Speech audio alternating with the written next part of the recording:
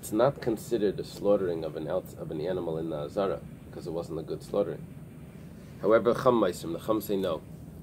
It's an ineffective slaughtering, but an ineffective slaughtering is considered a slaughtering, and it's considered slaughtered in the temple. And the Eiser means that they forbid this to have benefits from it. Salkadait Chamina, I could have entered your mind to say, Rab Shimon Mutter Ba'ana, since Rab Shimon holds that it's Mutter Ba'ana, Alma Lav Shchita Klal. Why? Because it was ineffective slaughtering. So it's not considered slaughtering a mundane animal inside the temple. If it's not considered a slaughtering, then Ema Midei Nevela Namilei Matara. Maybe. Want a pencil? This is a pencil. Oh. Maybe it's not maybe it gives off impurity as well. Maybe it's a nevela, because he doesn't even consider the slaughtering in the temple. He doesn't consider it slaughtering. It's like the animal died in the temple. It's not a mundane animal that was slaughtered in the temple. So maybe if it's not considered slaughtered, maybe it's going to give off impurity like a carcass. So kamash malan, that it doesn't give off impurity like a carcass. Okay. What did we just say here? That an animal that's a treifa, that was not supposed to be slaughtered in the temple, that was slaughtered in the temple, Rav Shimon holds that you're allowed to have benefits from it. Amalei Rav Papa la Abaya. Rav Papa says to Abaya. Rav Papa is usually considered a student of Rava. But here Rav Papa is talking to Abaya. Abaya is older. V'savar Rab Shimon Chullin Bazar Daraisi. Does Rab Shimon hold that mundane animals that are slaughtered in the Azara are forbidden to have benefit from them biblically? Maybe, in other words, we're saying over here that it's not a problem because it was a treifa. But would Reb Shimon hold in a regular case that it's actually biblically forbidden? And as we go through the Gemara, we'll see what the issue is and why this is being brought out. Amalein, he says yes. V'hatanan, and it was actually taught in a Mishnah. Now, when it says v'hatanan, the word ha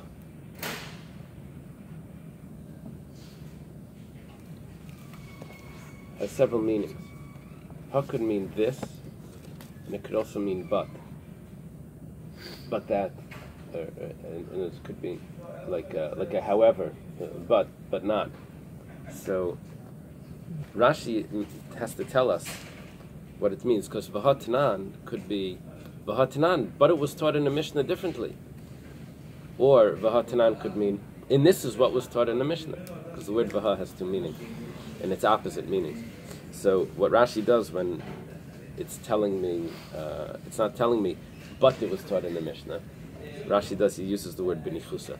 Benichusa means it's said gently, as opposed to in question form. Rashi would say bitzmiya. So Rashi he points out v'hatanan. It even says it clearly. Politically correct. Yeah, it's a proof.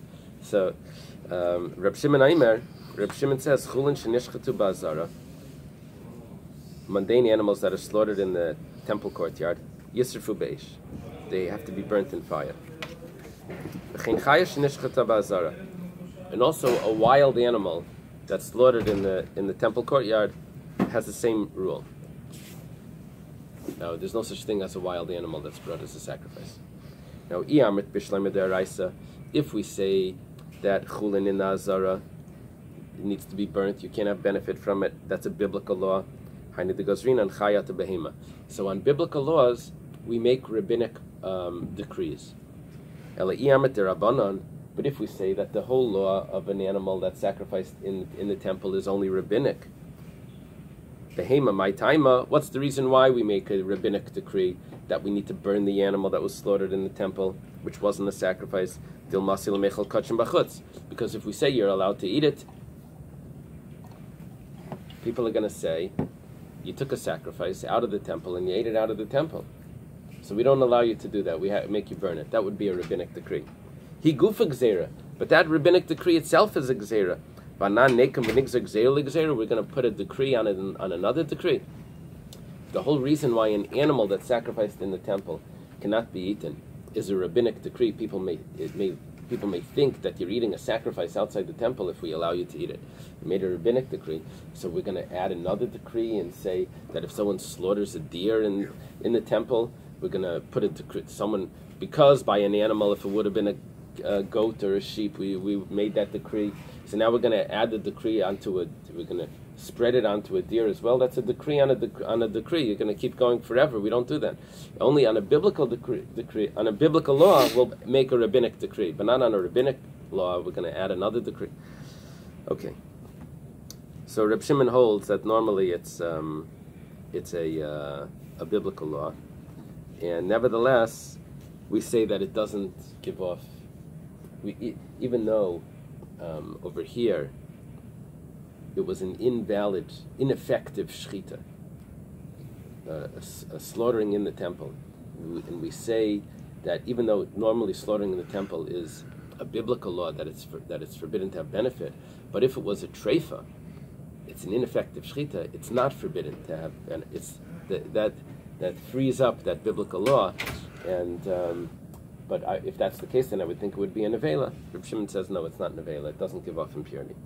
Reb Chia nafalei yaniva bekisner. Reb Chia had a moth in his flax. It's a big problem. It's going to eat up the material. Asal kami the Rebbe comes to Rebbe. Amalei shkoloifa. Rebbe says, Rebbe is his teacher. He pointed this out before, that Reb Chia is the student of Rabbi Yehuda Anasi. So he says, "Shkoloifa, take a bird, v'shchait al bubisa demaya, and slaughter it over the flax water. That they had to soak the flax in this solution, and slaughter the bird. The moirach dama, the moth is gonna smell the blood. V'shavakleina will leave. It's not gonna like the smell of the blood. It's gonna go out. So this is a pest control." So the Gemara says, "Heichi avid hachi." How could he do this? V'hatanya, but it was taught in a brisa. You see, this is a question. V'hatanya, but it was taught in a brisa. Hasheichet v'tzarech ladam. If someone shechs but he needs the blood, chayav l'chasis. He has to cover the blood. What's he supposed to do? Keitzad yaseh. How does he get the blood if he has to cover it? He says, he has to kill it in a different way.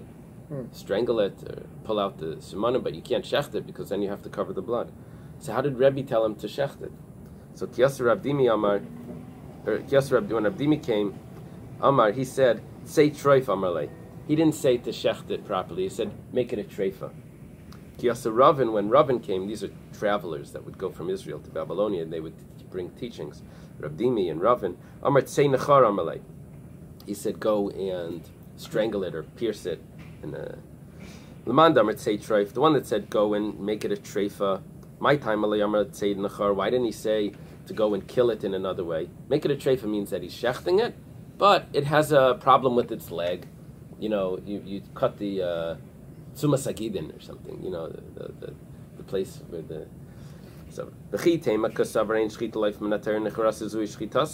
maybe he could have thought, why didn't he say go and strangle it? Maybe he thinks that birds biblically don't need shechita, and so therefore any way of killing it is going to make it required to be covered the blood. But it was taught in a brisa.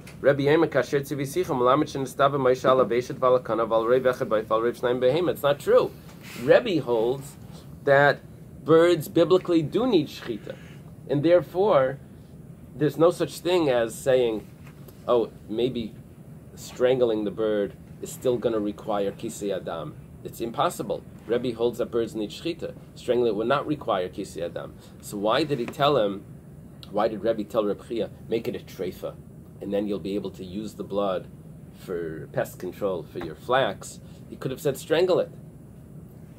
So the Gemara says, Loimi bai kamar. What he meant to say was not only Loimi bai, not only tzei nechar, go and strangle it, v'lav shchita klal, that it's not a shchita. I will say treif, a shchita shein ruya shmei shchita, but I could have thought that maybe he holds like Reb Meir, that a shchita shein ruya is considered a shchita, and you have to cover the blood anyway if it's a treifa. In effect, li bai kisik kamash malan, that no. K'der Rabbi Chia bar Abba, like Rabbi Chia bar Abba said, that Rabbi Yochanan, in the name of Rabbi Yochanan, that Rebbe Paskins, like Reb Shimon by Kisei Adam, that Shchita Shein Ruya is not considered a Shchita, and you don't have to cover the blood if it's a Treifa. Ulamanda Amar Tzeinachar, the one that says that Rebbe told Reb Chia to strangle a bird, and then you can use the blood for the flax. And it doesn't have to cover the blood. My time alayamit say treif. Why didn't he just say cut a piece of the foot, make it a treifa, and then you can shecht it? It says maybe he holds like Reb Meir, that if you're just going to make it a treifa, you still have to cover the blood.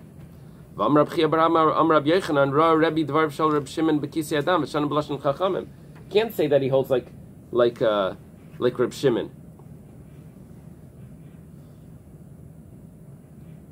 He can't say that he holds like Reb Meir. You can't say that he holds like Reb Meir, that he's going to need to cover the blood, because we accepted the ruling of Reb Shimon, that it's not considered a good shchita, and you don't have to cover the blood if it's a treifa. The Gemara says, Loimi bai. What he meant is, Loimi bai kamer. He means to say not only. Loimi bai say treif to shchita, shenroi leishmei shchita, not only if it's a treifa. Will it be allowed to use the blood, because it's an ineffective shchita? Avol tzei nechar ema, this is really odd. But if it says to strangle it, I could have thought, strangling is a good shchita, because there's no such thing as shchita for a bird. By a treifa, we would say, okay, granted, it's a treifa, you can't eat it, because it had a problem with the lungs, so therefore, you can't eat it, it's ineffective, you don't have to cover the blood, you can use it. But if you strangle the bird, birds don't require shchita biblically, rabbinically, yes, but not biblically. So if they don't require shchita biblically, then biblically you would need to cover the blood. You won't be able to use the blood. And strangling it would be a shchita, and you would have to cover the blood. Kamash malan, it comes to tell me that no, biblically it requires shchita, and you can even strangle it and still use the blood. The Gemara asks an interesting question now.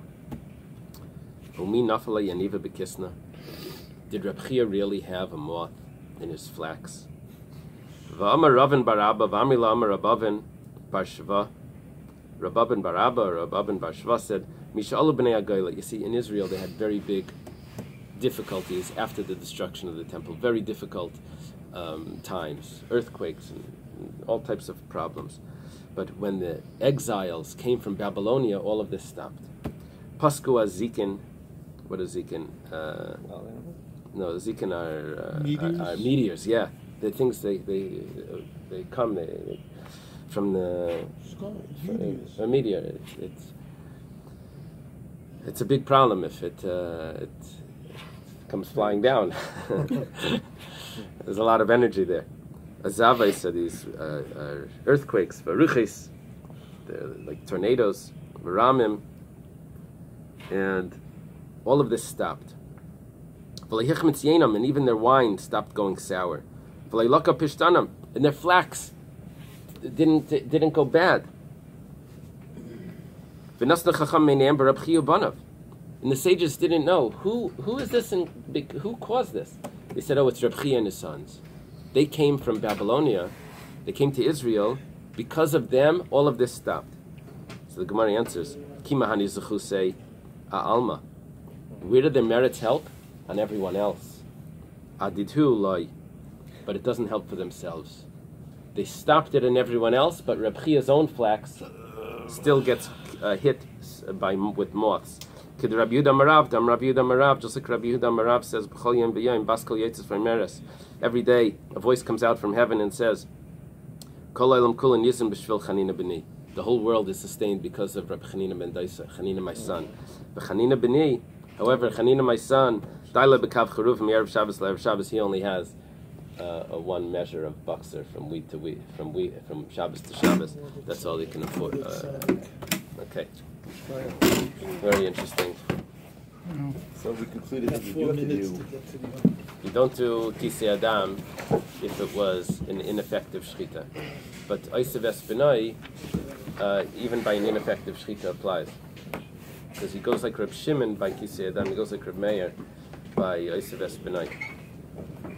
why with Shimon and the mayor, they're conflicting opinions, obviously. Yeah.